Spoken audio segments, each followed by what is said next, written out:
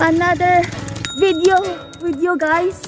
Brian and then Martin. How are you both? Hello mga kaibigan, welcome back to our YouTube channel. This is Brit Pinay Journey. Today is Wednesday. It's about 9:30 in the morning dito. And then si Brito nandoon, lumabas na. We dropping by to B&M. Yan mga kaibigan. We're gonna buy some wood paint, solar light, at saka toilet paper. Okay, I'll see you later mga kaibigan. I'll show you a quick tour doon sa loob ng B&M. Yan mga kaibigan, nandito na po kami sa loob. Si Briton, pili pa more. Yan po. I'm gonna follow him.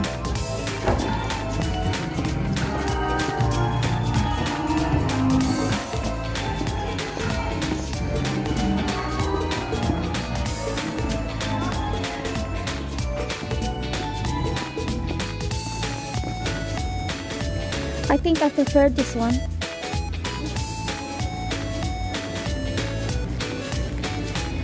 This is quite small, babe. I want the big one. This one is £3.50. It's not bad. Yan po. Tatlong item lang bibili namin mga kaibigan. Ha? You said I want a big one. You said that's what Elsa. No, dirty. Oh, babe, we need some more pegs. Maybe, I don't know. Are you sure to put the knickknacks? You think? There's some wooden ones. The only thing, some of our crop, no? Is this one? No, it's fragile. That one, babe. Oh, this one, oh. Do you think? Where's that? Yeah, you can use woods. How about this one? Oh, yan. Kailangan namin ng pegs mga kaibigan.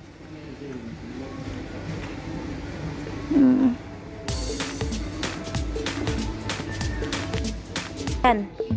Namili na ng garden stuff. Quite nice.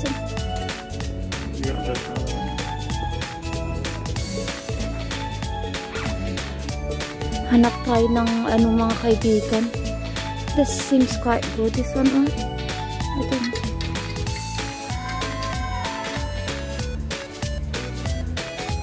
£4 stainless steel. I got like that. We're looking some stuff for our allotment mga kaibigan. And they got some more seeds dito. Maybe I'll get some more seeds.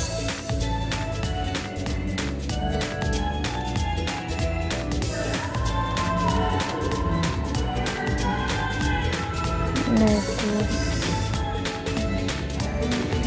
Peas na.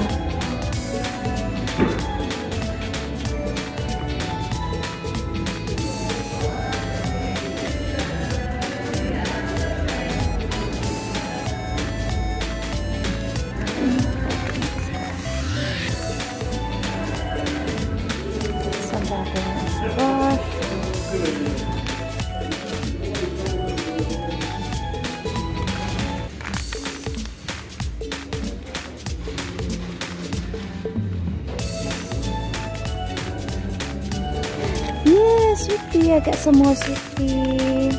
I'm gonna get this one mga kaibigan. I love this one.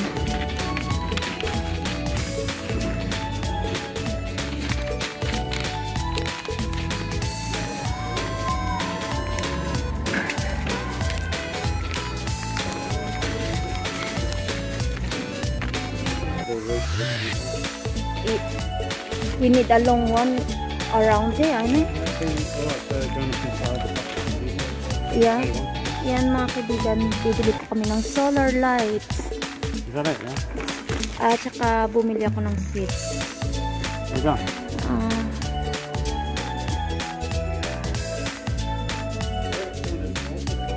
Yeah, they got nice solar lights here as well. You know, to the side.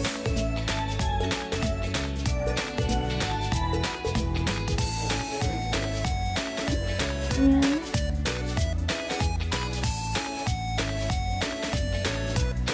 Maganda yung mga solar lights nila dito mga kaibigan. They have this, kaso lang plastic. Ito parang metal yata. And glass. Ano siya, 5 pound. Meron siyang one set na po. 18 mini solar lights. At saka gusto niyo yung may bulb. Yan. Yan po. Pinaka sinasabi.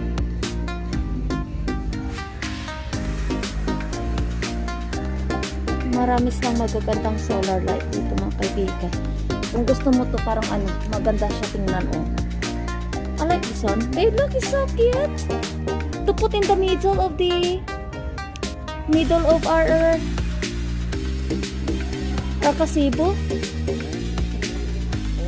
Ayan. We're gonna have a look mga kaibigan kasi there's plenty things to do anyway. So we just grab what we needed first. And then we're gonna look for paint. No? Yeah. May mga plant pot pala rin sila mga kaibigan. It's nice Next time na lang po yan. It's nice So cute niya Topal na. Yan tapos they got the corner one. Reduced na rin mga kaibigan. Oh, they're so cute. Marami silang cute na dito mga kaibigan. Tingnan mo. Mayroon din 6 pound lang. May 5 pound solar. I think it's maganda pag model.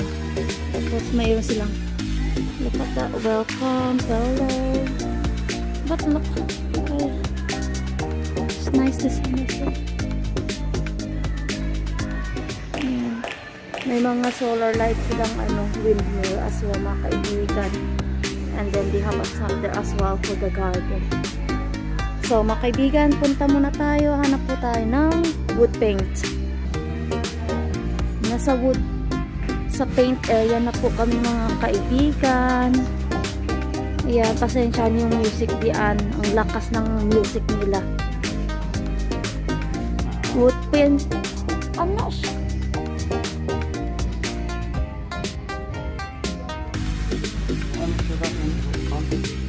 I don't know, maybe they got in the sides as well, babe. Have a look that sides. Ang lakas ng music nila.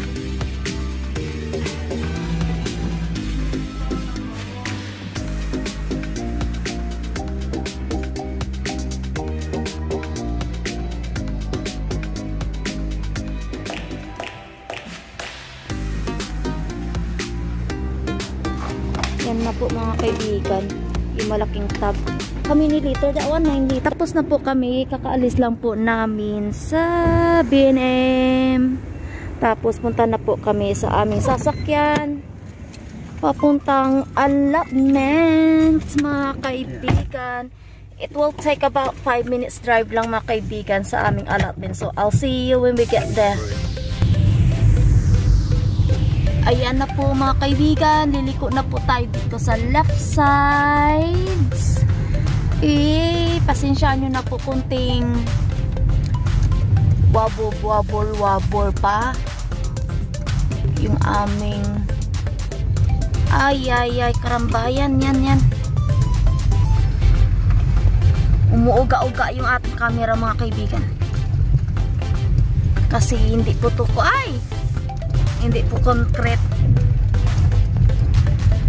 yung ating dinadaanan. Bato-bato sa langit, mataman, di magalit. Ayan mga kaibigan, happy days, tea time. Ayan mga old years, mga kaibigan namin nandoon. Yung wood burner nila umusok-usok doon. Ayan, tingnan natin. Ayan, happy days. Ayan, nandito na tayo.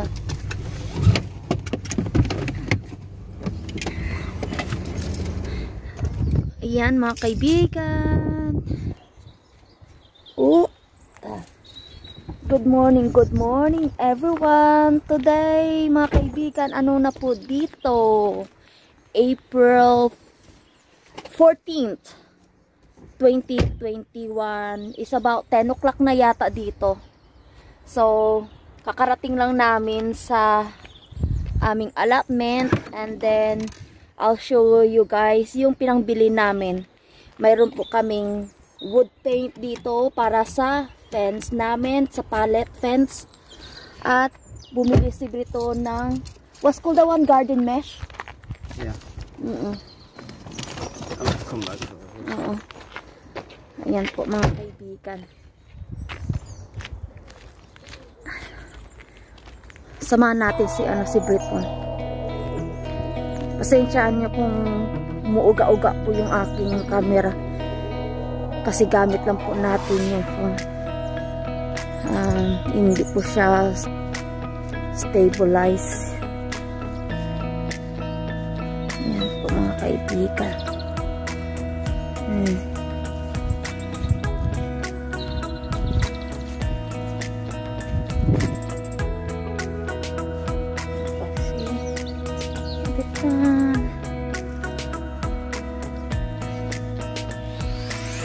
Tingnan nyo mga kaibigan yung ano namin, yung plum tree, namulaklak na po siya. Tapos meron po dito ring plum tree.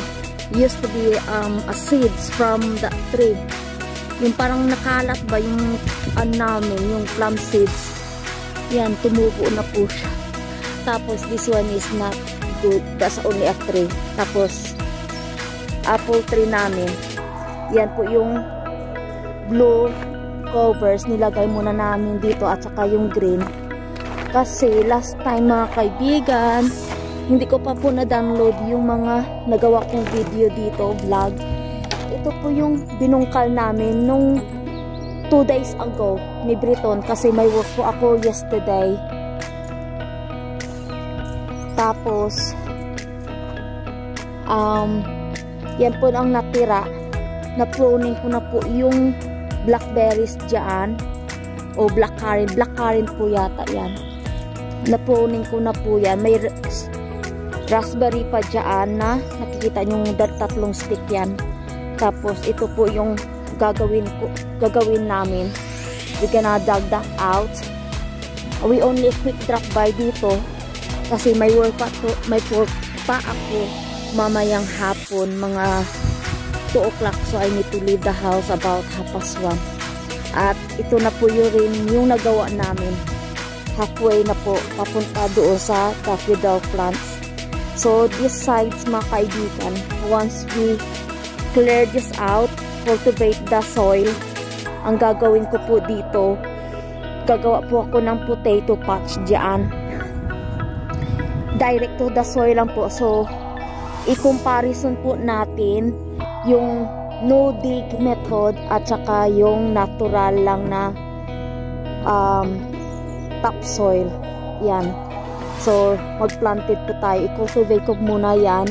I think the weather condition na maganda na. Hindi na po yata siya magpo-frost during the night. So we might start it tomorrow to plant it out some plants. Yung mga seeds na tinanim namin nung 2 weeks ago, or nearly 3 weeks na po. Ito po, pakita ko po sa inyo. Yan po yung mga French bean namin. Yung iba namatay kasi siguro sobrang lamig dito sa sa greenhouse nung frosty time nung last week yata yun. Yan po mga kaibigan, yung iba pang tanim. Tapos yung cabbage natin, tika sign of life na, may mga dahon na. At may runny beans, runny beans, sitaw. Surprise, I'm growing that one. May sitaw mga kaibigan. Happy days. Ang tawag yan, snake beans. Ang sweet corn, tingnan mo, kunti na lang natubo, namatay yung iba. Sa sobrang lamig. Ayan po mga kaibigan. Tapos, the good parts mga kaibigan, yung tomato, tumubo na rin. I got couple leaves there. Yung peas, tingnan nyo mga kaibigan, healthy talaga siya. Tubo ng ng sweet pea. Kahit doon sa lake kong tinanim, tingnan nyo, tumubo talaga siya. Hindi siya nag-died off. So, ayan po yung update natin dito sa ating allotment for today. Yan, I might gonna start digging out yung doon mga kaibigan sa may blackcurrant. Ito yung box na to mga kaibigan, si Briton. Taniman niya po yan ng beetroot today. So yung onion dyan, kinoveran niya kasi nung nakaraang araw, nagsusnow, tapos uminit, parang ganon. Tapos middle of night, talagang maginaw. So, I don't know if that onion gonna survive mga kaibigan. So, yan po yung ating update for today.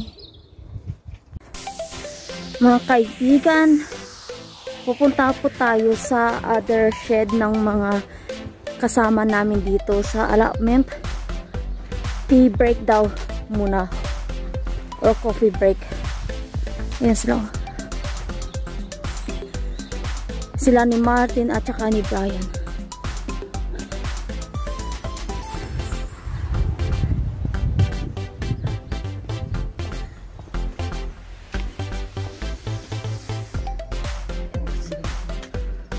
Hello.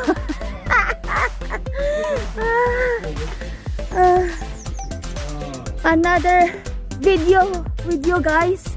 Brian and then Martin, how are you both? Very well, actually. Good. Unfortunately, the hair. I've got to wait another fortnight before I can have my hair. Yeah, you need a haircut? Oh yeah. I used to have a number 4 all over. Yeah. Number 4. That's me right. Yeah. Saves me having to put my hand up to comb my hair. Oh, That's it. When you get to the point, you have to do something with it in the morning. It's time for a haircut. Well, Yeah. it is. yeah. Especially when you're washing your hair. Oh. Your hair, it's taking a long time to dry. That's your cage you doing now, Brian? Yeah. Nearly finished now, yeah? No, not yet. Yeah. We've got to put the roof on it, basically. Yeah. Mm. Which is some sticks to support the netting. Oh, yeah. You done really well there, though. Oh, my God. You already planted the potato? No. Nah? Oh, you just only preparing those, the soil and Here he is. yan po, mga kaibigan. Na-prepare na po yung ano nila, yung potato patch. And then they're gonna plant some cabbage or Brussels sprout yata mga kaibigan. Yan. So, this still got, and they got wood burner doon mga kaibigan. Si Rebiton, gonna try to make boxes. For boxes of what, babe? Huh? What box you gonna make, Annie? What box? That one. The same as that. He's gonna make a box similarity of that mga kaibigan. He might put down here, this side next to it mga kaibigan. So, he's already got those pallets that he been cut. And he's gonna try to cut it off using the manual handsaw. Yan po mga kaibigan. Habang ako doon po ay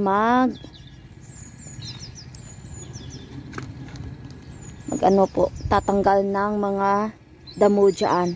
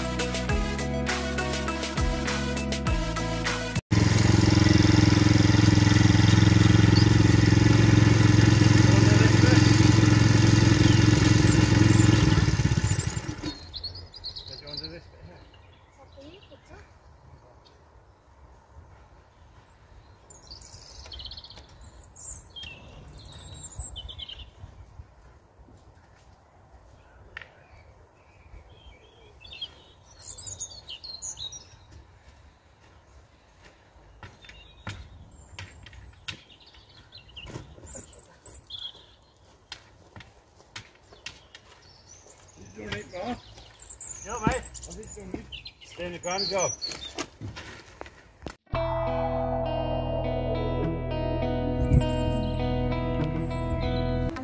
Okay, yeah.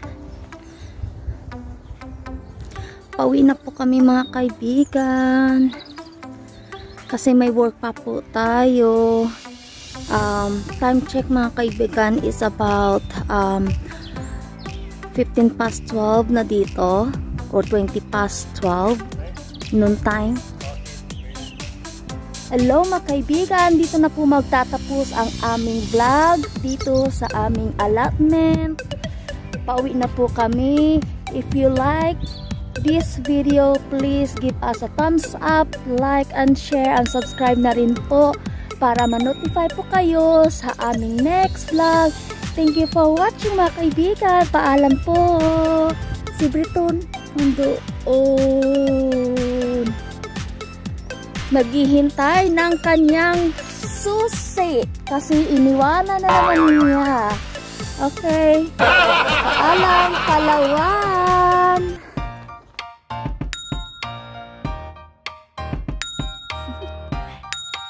Do you want to know?